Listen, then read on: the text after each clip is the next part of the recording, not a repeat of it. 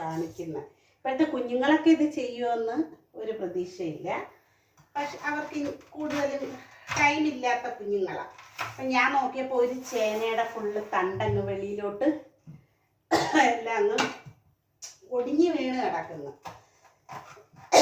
ഞാൻ വിചാരിച്ചതൊന്ന് തോരൻ വെക്കാമെന്ന് കേട്ടോ. ഇത് ചൊറിയുന്നുണ്ട്, വളരെ സൂക്ഷിക്കണേ. അപ്പം ഞാനിതൊന്ന് തൊലിയൊക്കെ കളഞ്ഞ് കൊണ്ടുവരാം.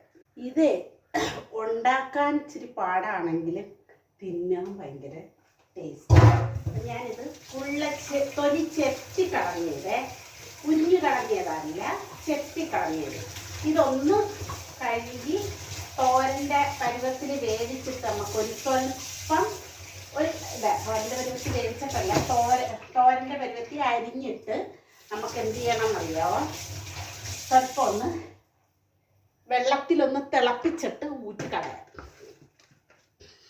ഒരു ലേശം തിളപ്പിച്ചിട്ട് നമുക്ക് അങ്ങ് ഊറ്റിക്കളയാം. അതിൻ്റെ കൂടെ വെക്കുന്നത് കുക്കറിനകത്ത് ഞാൻ എളുപ്പം ഇച്ചിരി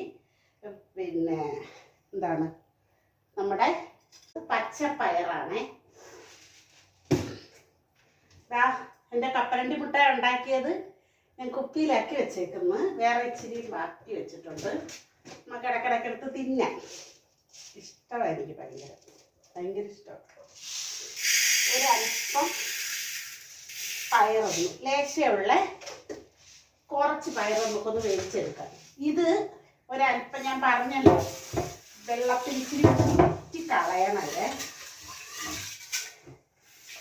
വേറെ പാത്രത്തിനകത്ത് നമുക്ക് ഒന്ന് അരിഞ്ഞിട്ട്, ഇത് ഞാൻ കുറച്ച്, ഇതൊക്കെ പണ്ടുള്ളവരെല്ലാവരും കഴിക്കുന്ന ആഹാരമാണ്.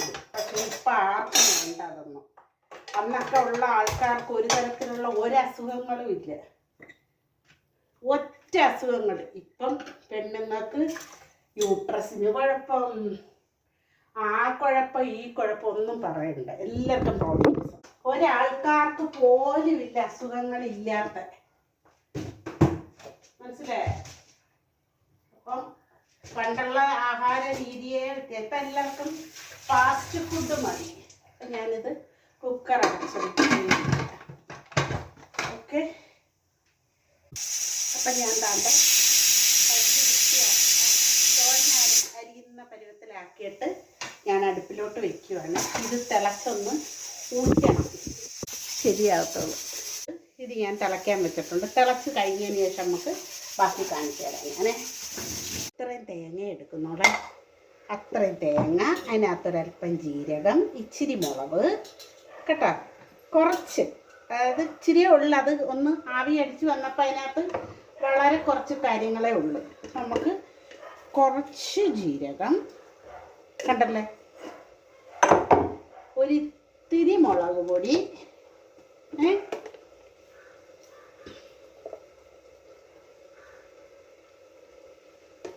പിന്നെ ഇത്തിരി ഒരു രണ്ടോ മൂന്നോ അല്ലി വെളുത്തുള്ളി, 2-3 അല്ലി ചുവന്നുള്ളി, ഇത്രയും മതി. മഞ്ഞപ്പൊടി കേട്ടോ. ഞാൻ പോയി അതൊന്ന് ഒരുക്കിക്കൊണ്ട് വരട്ടെ. ഒരുക്കിക്കൊണ്ട് വരിക എന്ന് പറഞ്ഞാൽ എന്താണെന്നറിയാം, ഇത് ഒരുക്കിക്കൊണ്ട് വരിക എന്ന് പറയും, ചിലർ ഒതുക്കിക്കൊണ്ട് വരിക എന്ന് പറയും. തീ ഇട്ടിട്ട് വരുമ്പോഴത്തേനും ഞാൻ ആ തേങ്ങ ഒന്ന് ഒറ്റ കറക്കിൽ കൊണ്ടുവരാൻ പറ്റും. അപ്പം നമ്മുടെ പാൻ ചൂടാകുമ്പം വെളിച്ചെണ്ണ ഒഴിക്കുക. ഈസിയാണ് ഇതുണ്ടാക്കാൻ, വളരെ ഈസിയാണ്. അപ്പോൾ ഇച്ചിരി വെളിച്ചെണ്ണ, ഇച്ചിരി കൂടെ ഇരിക്കട്ടെ, കുഴപ്പമില്ല. വെളിച്ചെണ്ണ കണ്ട നല്ല പോലെ ഞാൻ ഇതാക്കി വെച്ചിട്ടുണ്ട്. ഞാൻ അങ്ങോട്ട് നീക്കിയ എൻ്റെ എണ്ണയ്ക്കകത്തോട്ട് വെള്ളം വീഴും. അപ്പം അതുകൊണ്ട് അങ്ങോട്ട് അത് വേവിച്ച് വെച്ചിട്ടുണ്ട്. എന്നെല്ലായിടവും ഞാൻ ക്ലീൻ ചെയ്ത്, നമ്മൾ രാമായണ മാസം വരുന്നു, രാമായണം വായിക്കണം നമുക്ക് എല്ലാ ദിവസവും. അങ്ങനെയൊക്കെയാണ്. പൊട്ടിത്തീർന്ന് നമ്മുടെ അരപ്പ്, വെള്ളമൊന്നും ചേർക്കണ്ട കേട്ടോ, വെള്ളം ചേർക്കാതെ വേണം ഇത് ചെയ്യേണ്ടതെന്ന്. കാരണം നമ്മൾ എല്ലാം വേവിച്ച് വെച്ചേക്കുക. ഇനി എടുത്ത് തട്ടി ഒന്ന് ഒതുക്കിയെടുത്താൽ മതി. ഇതിനകത്തിട്ടൊന്ന് മൂപ്പിക്കണം. കണ്ട കാരണം ബാക്കിയെല്ലാം വെന്തിരിക്കുക. അപ്പോൾ ഇത് മാത്രമേ ഉള്ളായിരുന്നു വേവാൻ. ഞാൻ പയർ ഉപ്പിട്ടാണ് ഉപ്പിട്ടാണ് വേവിച്ച് വെച്ചേക്കുന്നത്. അപ്പോൾ ഇതൊന്ന് ആയിട്ടുണ്ട്. ഇനി ആദ്യം ഇട്ട് കൊടുക്കും നമ്മുടെ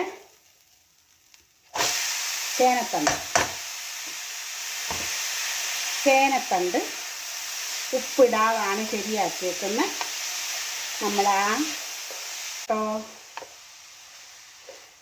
അപ്പോൾ ഒരു ഉപ്പിട്ട് കൊടുക്കുക, ആവശ്യത്തിനുള്ള ഉപ്പ്. കൂടിപ്പോരുത്.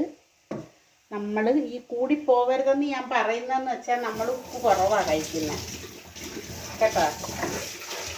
ഉപ്പ് വളരെ കുറവാണ് നമ്മൾ കഴിക്കുന്നത്. അത് പണ്ട് തൊട്ടേ ശീലമാണ്, എനിക്കറിയില്ല അതെങ്ങനെ ആയെന്ന്. അപ്പോൾ ഇത് കണ്ടല്ലേ, നല്ല ഡ്രൈ ആവും ഇത്. അതായി. അപ്പോൾ ഉപ്പ് ഇതിനകത്തെല്ലാം ഒന്ന് പെരളട്ടെ. കാരണം പയറിനകത്ത് നമ്മൾ ഉപ്പിട്ടാണ് വേവിച്ചത്.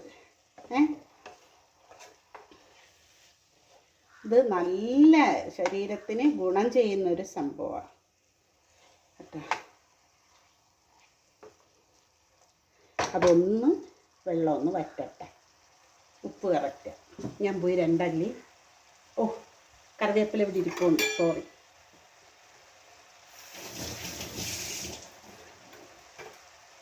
നമുക്ക് 2 അല്ലി കറിവേപ്പിലയും കൂടെ ഇട്ട് കൊടുക്കാം. കഴുകി വെച്ചിട്ടുണ്ട്.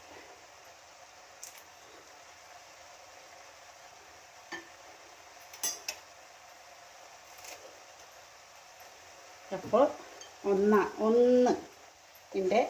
വെള്ളമായി ഒന്ന് മാറട്ടെ. കാരണം ഇത് ഫുള്ളും വെള്ളമല്ലേ ഇതിൻ്റെ, ഈ തണ്ടേ ഒന്ന് മാറട്ടെ. ഓക്കെ, കാണിക്കാൻ നന്നായിട്ടത് വച്ചിട്ടുണ്ട്. വേണ്ട, വെള്ളമൊന്നുമില്ല. ഇനി നമ്മുടെ പയറിട്ട് കൊടുക്കും.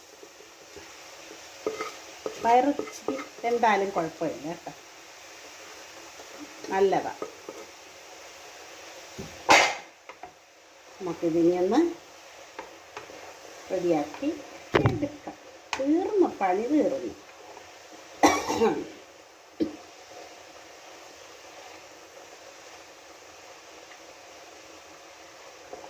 നമ്മുടെ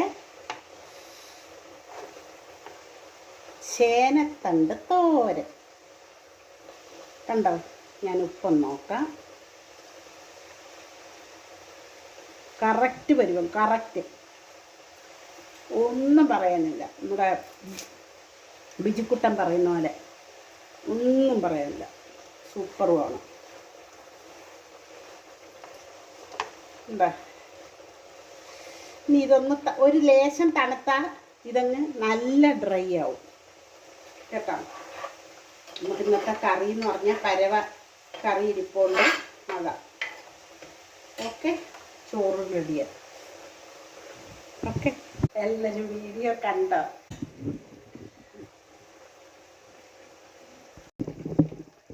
അപ്പോൾ ഇന്നത്തെ വീഡിയോ കണ്ട് എല്ലാവരും സപ്പോർട്ട് ചെയ്യുക. നല്ലൊരു വിഭവമാണ്. എല്ലാവരും ഇതേ കണക്ക് വെച്ചും കൂടെ നോക്കുക. ഓക്കെ, അപ്പം എല്ലാവർക്കും താങ്ക്സ്. എന്നെ സപ്പോർട്ട് ചെയ്യുന്ന എല്ലാവർക്കും താങ്ക്സ്. സപ്പോർട്ട് ചെയ്യാനിരിക്കുന്നവർക്കും താങ്ക്സ്. Okay, bye. അടുത്ത വീഡിയോ ആയിട്ട് കാണാം നമുക്ക്.